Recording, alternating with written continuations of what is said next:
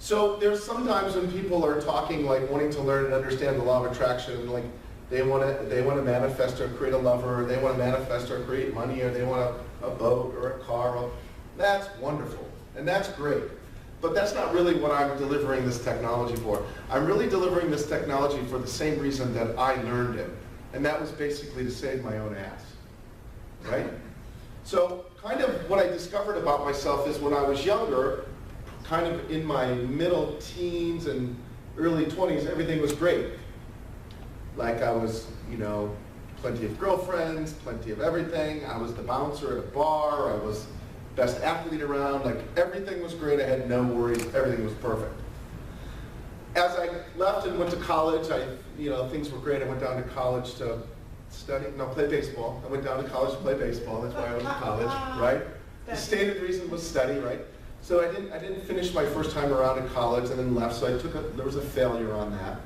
And then I went out to California and I started doing like all kinds of crazy things. I started a personal training business. I ended up in a mortgage. It was big businesses, made really big things happen really fast, and then lost interest in them and sold off.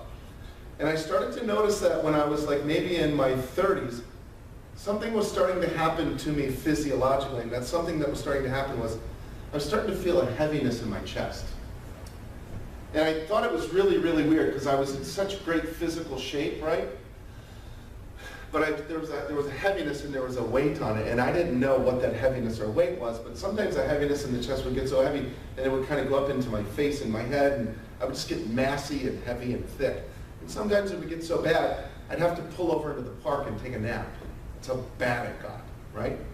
Well, what I didn't know back then was that I had such a powerful mind, and this mind was kicking off such negative thoughts, and attached to every one of those negative thoughts were these negative feelings. And they were powerful. They were so powerful that they would actually render me motionless. That's how powerful they were. And so there was a sense of the intensity of the suffering got so bad that it sent me out kind of searching for what was going on, because I didn't know, and I had two parents that had no concept or understanding. There was nobody that could give me any help on what it was. And eventually there was a couple times where I would actually sit, I would be so still, and I would be in such immense pain that I would be actually crying. Tears would be coming down my cheeks, but I wasn't crying. Crazy, right? A crazy experience for a guy who seemed like he had it all, okay? So some things started happening, and then finally it just cracked open, like I couldn't endure it anymore. And then I started searching. This is quite some time ago. I've been playing this game for maybe 25 years. I started searching for why is that? Right? Why is that I'm feeling like that, and what is that connection? Back then I didn't know that it was what my thoughts were kicking off those feelings, having me feeling that way. I'm just kind of lifing like everybody else, right? So when I started to discover it, I started noticing this connection between thoughts and feelings. That was the first thing that I noticed. But I noticed that there was actually no separation for me, that I didn't get that my feeling was connected to a thought. Did anybody know that? Like, you don't have a feeling without a thought. It's a pretty wild concept. It's that they're so collapsed in time that it almost feels like they happen simultaneously. And the feeling is so powerful, especially if it's down in the lower realms, if it's a negative feeling. It's so powerful that your attention goes to the feeling, you just miss the whole thought. Right? It's like, oh, right? Or it's in the stomach. You know, different people hold that wherever that shows up for them in different spots.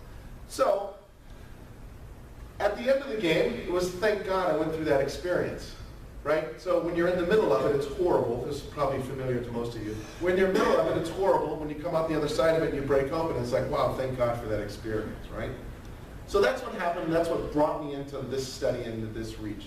And so if you had to take one thing in this physical world or this lifetime for you that's going to dictate the quality of your life from a happiness standpoint, it's this. It's this law of attraction. We said that this law, as a function of what you're thinking, generates this emotion, this energy in motion. And this emotion is the power source that's then attracting like or similar circumstances or people or events into your life. Right? Cool. So if what you are thinking and what you're feeling kind of gets out of hand or out of control, you can start to pull in some things that you may not be so excited to experience, right? And then those things that you pull in that you may not be so excited to experience may be things that you actually want to assign the cause of those out to somebody exterior to you or something away from yourself. Anybody familiar with that? They call them victims, or somebody did it to me, or I did all of that, but I didn't cause that. The power in being able to know that you're orchestrating or causing all of it is where you're ultimately going to be, because one of the things about cause and effect for us as human beings, it's very similar to death and pregnancy. You never heard of a woman kind of pregnant, you never heard of somebody kind of dead, right? There's a line, right? There's a line in the sand there. And so one of the things I really want you to take away from this evening is that there's a line in the sand that you want to get with yourself on being at cause. As ugly as it may seem, there's a whole bunch of power in recognizing, like, I don't care what the judgments are. It's so empowering to me to know that I caused all that. And if I caused all that, I can shift how I'm thinking or how I'm feeling, and I can cause some different experiences for myself. And once you do that for yourself a time or two, once you start to get a little bit of horsepower working in that area and starting to see it consciously that you're actually causing and creating it, that momentum will carry you a long way. This law of attraction is working whether you're participating with it or not. So for us as human beings, there's a certain kind of order of importance. What is it? Abraham Maslow, the psychologist, said that you have this hierarchy of needs. Well, you need food, you need to breathe, right? You need rest, you need water. There's these things that you need. Well, I don't know exactly where this understanding and comprehension of the law of attraction falls in, but it's in that top 5 or 6 list up there. Because what you're going to find out and get really connected to at the end of the night is, this is directly related to the quality of your experience of life, most specifically your happiness.